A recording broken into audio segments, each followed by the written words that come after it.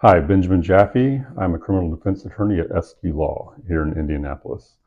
So something I wanted to talk about today was a question that we have, and that is, can police search a car that is towed? Yes, is the basic answer. The police can search a car that is towed if it's towed by the police department. Generally, there are parameters that have to be considered and potential challenges to a towing of a car. If the car is obstructing traffic or it's in a place that it really shouldn't be, obviously, it's going to give the police a lot more reason to tow the car.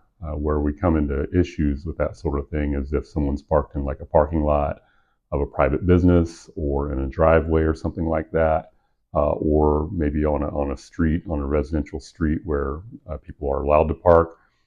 We do take issue and we potentially can challenge searches of cars or towing of cars under those circumstances.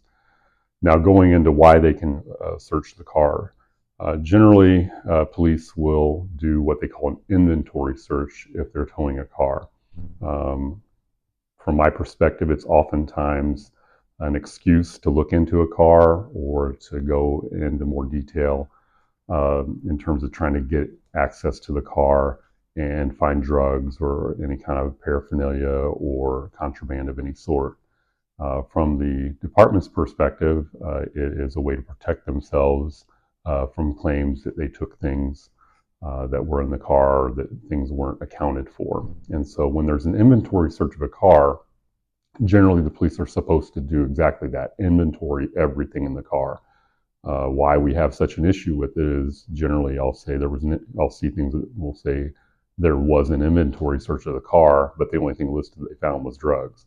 And then you'll see pictures of the car and there's a lot of other stuff in the car. So it makes it pretty obvious that they were only looking for contraband of some sort. So yes, the police can search because they can do an inventory search, and there are general orders they have to follow regarding that.